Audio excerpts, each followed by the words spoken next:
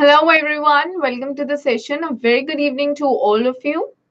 Hi Pranav, hello Yoga Priya. I hope that you guys are doing great.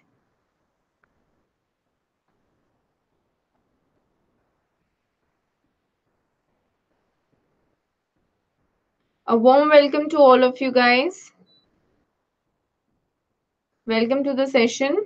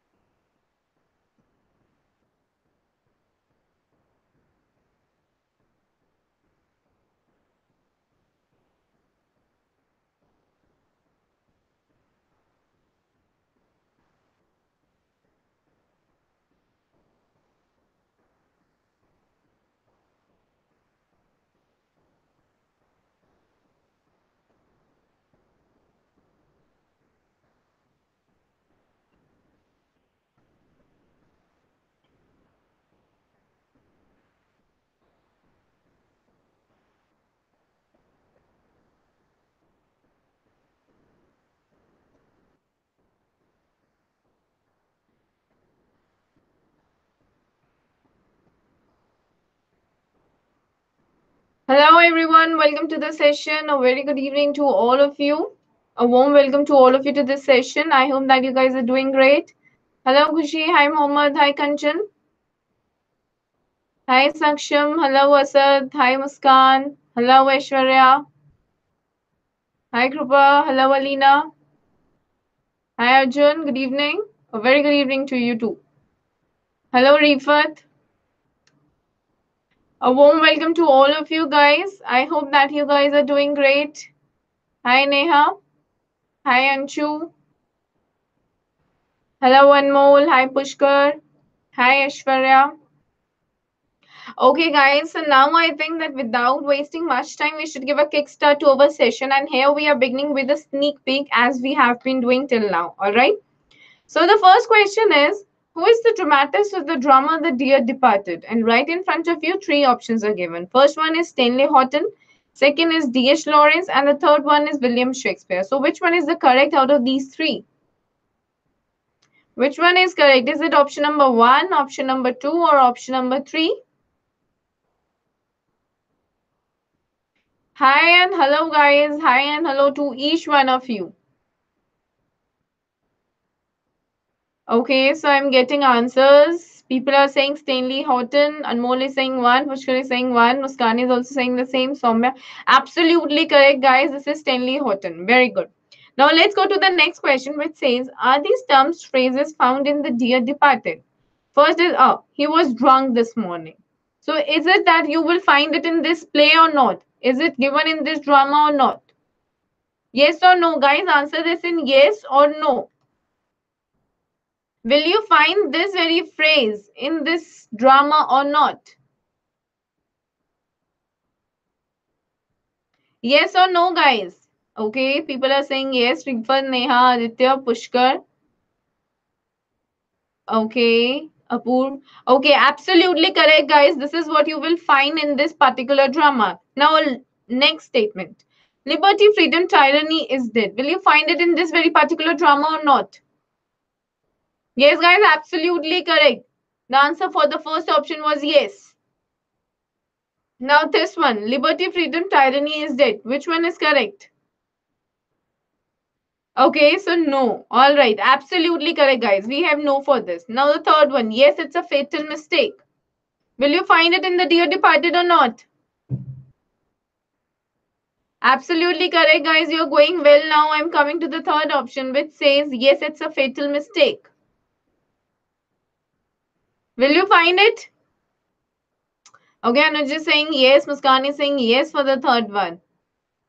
Guys, just pay a proper attention to this. Okay, for this I'm getting mixed answers. Answer for this one is also yes. As fire drives out fire, so pity, pity. Is it that you will find in this very particular drama or not? Will you find it in this drama? For the last option, guys, as fire drives out fire, so pity, pity. Will it be found in the Dear Departed? Okay, no, absolutely correct, guys. Very right. Now let's move to the another thing. We are starting with the Dear Departed, and the full name of Stanley Houghton is William Stanley Houghton. All right, you should be very well aware about the full name of the dramatist or the poet that are prescribed in your syllabus. Okay, from your examination point of view. Now we are moving to the outline of the drama. Okay, now I'm reading this for you, and just pay attention to the words that I am reading. This play brings out the plight of elderly people in our society and shows how they are neglected by their own children and they need them the most, as in that they are neglected by their own children when they need them the most. It is one act play about two sisters who do not want to take care of their father and they think that he is dead and are eager to share his money, as in they are very much money minded. They are not concerned about their father, rather they are concerned about the money. The play opens in Mrs. Slater's house. The scene is of a living room where she has laid the table for tea. As the curtain rises, she calls her daughter and sends her for wearing colorful clothes when her grandfather is lying dead upstairs. Okay? She tells her to go and change as her aunt and uncle are coming, as they would think they were not sad. Just then her husband comes back. Both husband and wife are wearing black in order to show that they are in mourning. Right? Amelia Slater is a greedy woman and wants to take away all the precious things that her father has left behind. She asks her husband Henry to wear her father's slippers as he won't need them now. Okay. She then confides in him that she had always wanted to own the bureau that her father had in his room. I think, guys, that this is relatable to each one of you because this is what exactly is given in your drama in the very beginning. She doesn't want to ask her sister Elizabeth about it and hence decides to take the things in her own hands. Both of them bring the bureau down from her father's room upstairs. Amelia also brings down her father's clock and puts it on the mantelpiece. Okay. Seeing this, little Victoria is forced to ask if they are stealing grandfather's things. Okay. Henry replies that before dying, grandfather had given it to her mother. As they finish arranging the things, they hear knocking on the door. Victoria opens the door and Amelia and Henry sit down at the table as if nothing has happened. Amelia's sister, Elizabeth, and her husband Ben enter the room fully dressed in black clothes. Okay. I think that this is relatable to each one of you. Mehal, as far as important questions are concerned, I'll be coming to that. Now let's move ahead. Elizabeth chides them for not being dressed in black and also for not calling the doctor yet. Amelia tells them about the events of that day and how they had found father dead on his bed. She tells them that father went out to pay his insurance premium in the morning and later maybe he went to the bar. When he returned, he refused dinner and went straight up to the bed. After they had finished the dinner, Amelia went up to father's room with some food, but she found him cold and dead. Right? I think that this is relatable to each one of you now. Elizabeth and her husband decide to have tea first and then go to see father. Henry wants to decide how to announce in the newspaper. They talk about different verses that they could put and also wonder about the cost. They are anxious to make a list of all the belongings so it could be divided between both the sisters. Elizabeth claims that her father had promised to give his gold watch to her son. That is Jimmy. Emilia does not believe it but can't say much about it. They then discuss the insurance money and want to see the receipt for the premium that was paid in the morning. Okay. Victoria informs them that grandfather had not gone to pay his premium. She tells them that he had met Mr. Turtlesall down the street and then both of them had walked off past St. Philip's Church. Alright. Next is this piece of information brings about a change in the attitude of both the sisters. They start cursing their father and saying that he had done it on purpose so that they would be without money. They send Victoria to fetch his keys as they want to search for the receipt in the bureau. Victoria comes back and tells them that the grandfather was getting up. All of them are frightened out of their wits to see Abel Merriweather walking down the stairs. After talking to him, they realize that he is not dead. All right? Only little Victoria is glad to see her grandfather alive.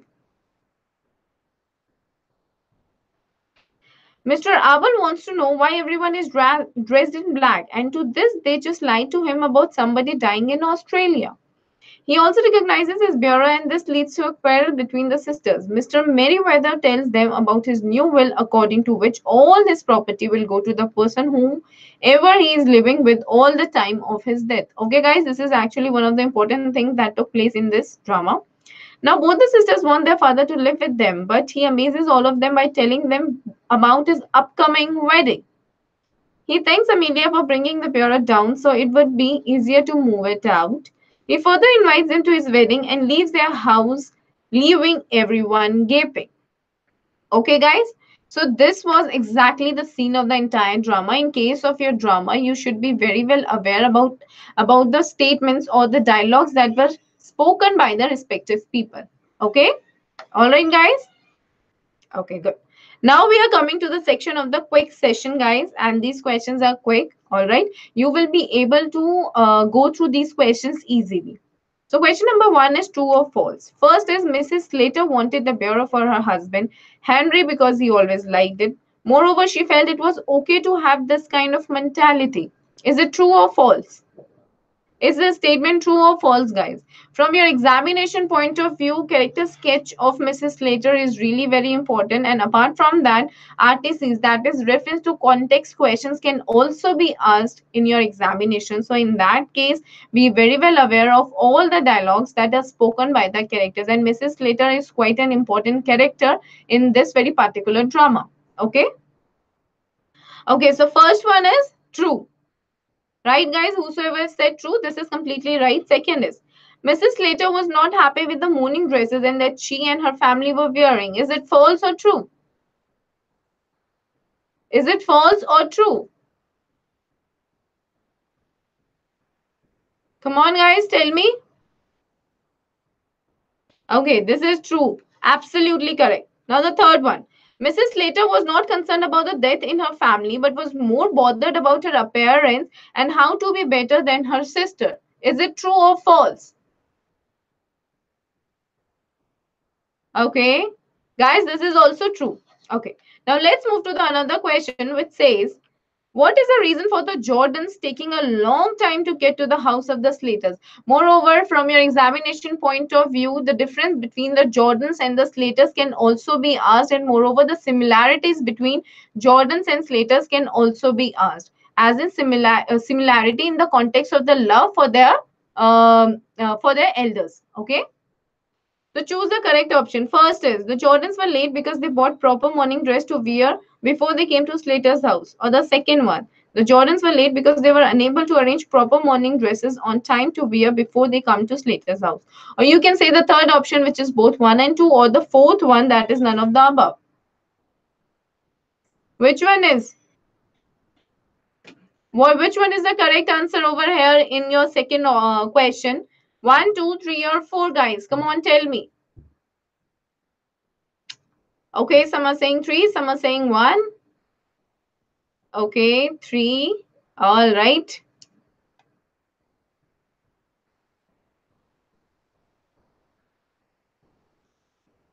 Okay, I'm getting one, three. Okay, fine.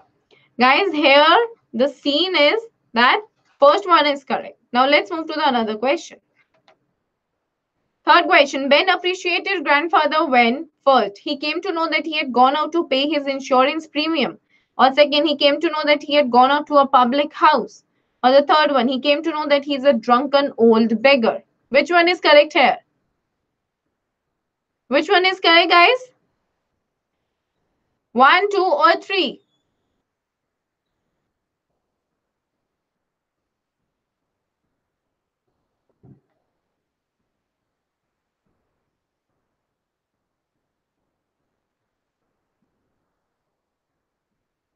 Which one is correct? Okay, first one is correct. Good. Now the fourth option. Grandfather decided that in his new will, first, he would leave all his money and things to the person he would be living with when he died. Or the second one, he would leave all his money and things to his daughters. Or the third one, that is both one and two. Or the fourth one, none of the above. Which one is correct here? Option number one, two, three, or four. Just tell me, guys. Grandfather decided that in his new will, he would leave all his money and things to the person he would be living with when he died. Okay, one. Absolutely correct, guys. Let's move ahead now. Another question. Why does Mrs. Slater decide to shift the bureau from grandfather's room before the arrival of the Jordans? First, Mrs. Slater always liked grandfather's bureau. Second is she decided to shift it to sitting room because before her sister arrived, lest she laid a claim on it. Or the third one, that is both one and two, or the fourth one, none of the above. Which one is correct here? First, second, third, or fourth? Okay, Asad is saying third. Param is saying two. Tina is saying three. Asad is saying three. Absolutely correct, guys. Third one is your correct answer. Next question. What does Mrs. Jordan describe as a fatal mistake? Choose the correct option. First is Mrs. Slater sends for Dr. Pringle as soon as she realizes that grandfather is dead. Or the second one, Mrs. Jordan grandfather could have been revived had Mrs. Slater sent for another doctor when when Dr. Pringle wasn't available. Third, both one and two, or the fourth one, none of the above. Which one is correct here? Out of these four options, guys, which one is correct? Is it your option number one, two, three, or four?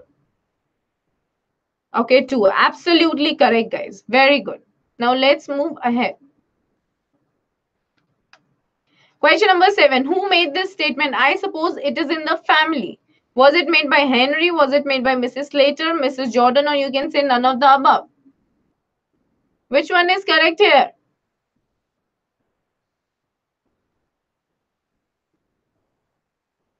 Which one is correct out of these four options? One, two, three, and four.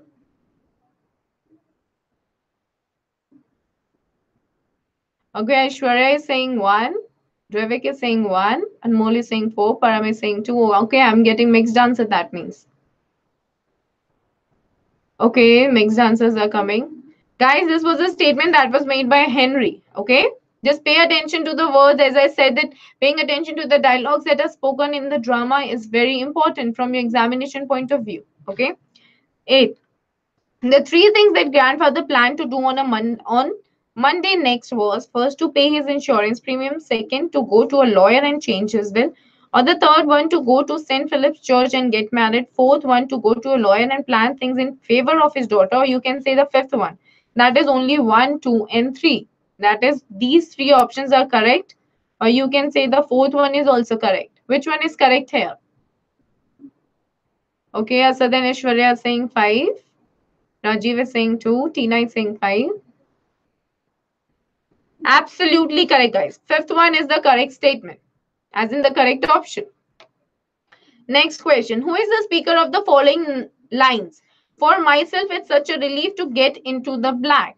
First one is Mrs. Slater.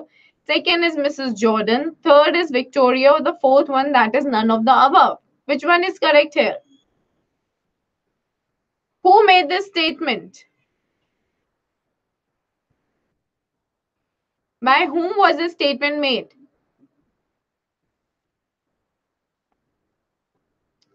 Okay, was it Mrs. Slater or Mrs. Jordan or Victoria?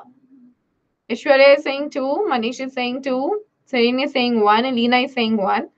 Okay, guys, let me tell you the correct answer. Ishwarya, you are absolutely correct here. The correct answer to the question is your option number 2, that is Mrs. Jordan. Now, the next question, guys.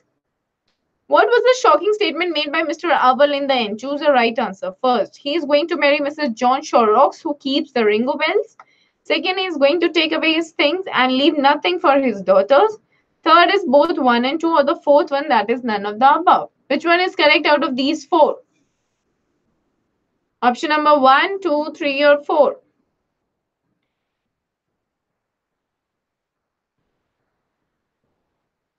Okay, Ashura is saying 3, Javik is saying 1. Okay, I'm getting so many answers. Here, absolutely correct answer is your option number one. Okay, guys, there should be no doubt about this because here, what exactly the shocking thing came up, right? Now let's come to the another section of this particular session, which is your vocabulary tryout again. Guys, as I've been stressing on this, that vocabulary is actually very important for your examination. All right, it is something that is important from your reading comprehension point of view, from your writing skills point of view as well. Okay, so whatever words are given in your text, as in for example, a question can be asked in reference to context, as in the meaning of any particular word, or you can be asked the synonym of a particular word. In that case, you should be aware of, you should be very well aware about the meaning of that particular word, because these questions are really very easy and are scoring as well. Okay, so just keep on paying proper attention to the words that you are coming across in your books. Okay, and just keep on enhancing your reading skills as well. Okay, all right, so I'm starting with the words here. Give the meaning of the following words or the phrases. First one is tidbits. Come on guys, tell me, this is what exactly is given in your book as well. So tell me the meaning of this particular word, which is tidbits. I want to know the meaning of this particular words, guys. What exactly does it mean in the context of the drama that has been prescribed in your syllabus? What do you mean by this?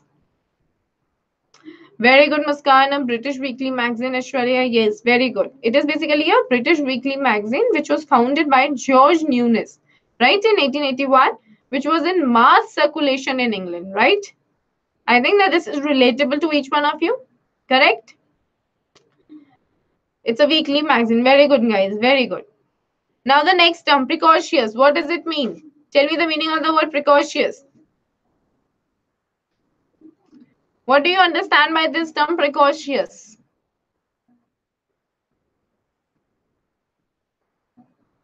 What do you mean by the term?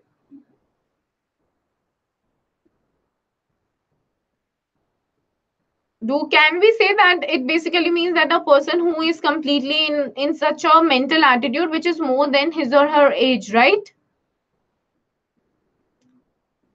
Okay, and was a precocious child. Okay. It basically means that somebody's mental attitude is developed beyond his or her age, right? Okay. Now the next word. Gallivanting. What does it mean? What do you understand by this? What do you understand by this term? Gallivanting, what does it mean? It basically means that someone is seeking pleasure. Okay. Now let's take another word. For example, if I would say I would like to know the meaning of this particular phrase. Drive a hard bargain. What do you understand by this? Drive a hard bargain. Yes, Reena, you are completely right. Yes, Muskan, right. That was a complete correct answer for gallivanting. Gallivanting.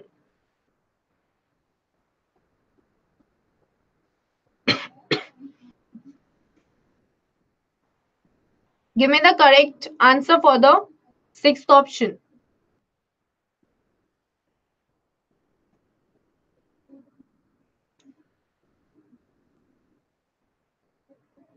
What does it mean? Okay, to argue. Absolutely correct, guys. It basically means that you want to argue in a very aggressive manner. Okay. And this as merry as a sandboy. What does it mean? Guys, completely correct. Argue. It does mean argue. And that too, you are arguing in a very aggressive manner. Okay. Now the ninth option, as merry as a sandboy. What does it mean?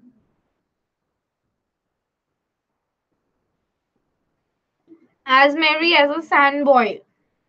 Extremely happy, very happy, very good, Aishwarya. That is a complete correct answer. Very good, guys. Okay, so now we are moving to the another thing, which is your antonyms of the following words. And guys, as I've been stressing that you can come across the right antonym only if you're very well aware about its synonym as well. Okay. So in that case, just be very specific about the word that you are aware of and then come to the right antonym. Okay. Okay, let me take one of the words out of these. For example, let me take shabby. Give me the antonym for the word shabby. What do you understand by the term shabby? And then tell me the antonym for the word shabby. What does it mean, shabby?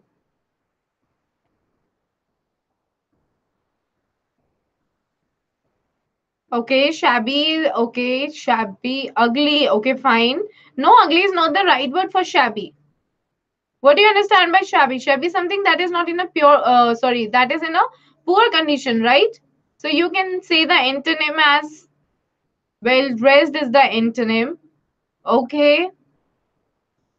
It is not only in the context of the dressing sense. You can say that you can give the antonym like new. You can give the antonym like smart as well.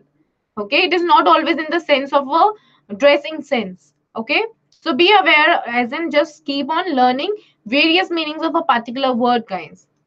Okay, let me take the another word, for example, timidly. Just give me the antonym for this word timidly. What do you understand by this? And tell me the antonym for this particular word. Timidly.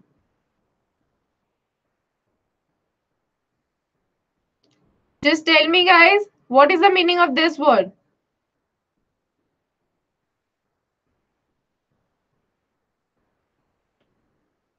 Okay, timidly is like, what do you understand by the term timidly first?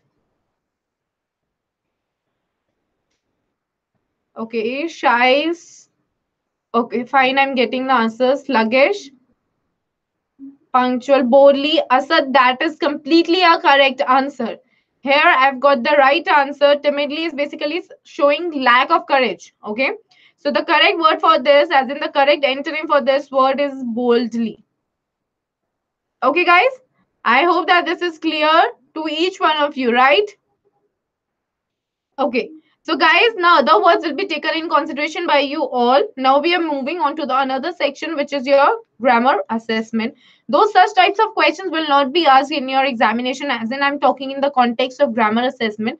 But this is basically in order to brush up your grammar skills. In case of your grammatical assessment, as in case of your grammar skills, be very well aware about all the rules, proper rules, and the proper formats of everything. As in the context of your writing skills, be very well aware of all the writing skills, as in all the formats of the writing skills, because you do get marks for your format as well.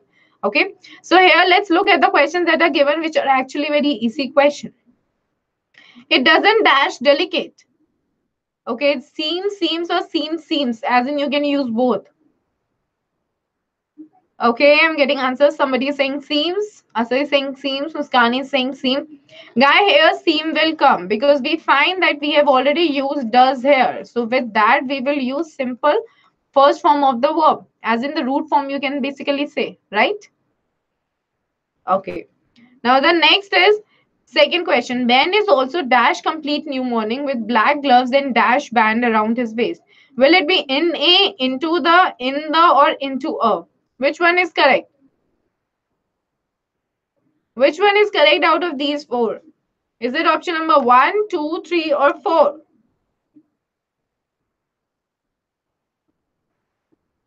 Okay, Shreya is saying 1. What about others, guys? What exactly is the correct answer here? 1, 2, 3, or 4? In and the. Okay. 1. Okay, I'm getting so many ones. So, guys, absolute correct answer here is 1. Okay. All right, guys. Okay, guys, so I think that this was helpful to each one of you. Just keep on revising your chapters as much as you can and just keep on paying attention to the words that are written in your chapters and keep on enhancing your vocabulary skills as well. Along with that, just pay attention to your grammar and writing skills as well. Okay. So I hope that this was helpful to each one of you. Now we will meet in another session. So just come prepared so that you can give proper answers. Okay. Till then, guys, just take care. Have a very good time ahead, and bye to all of you.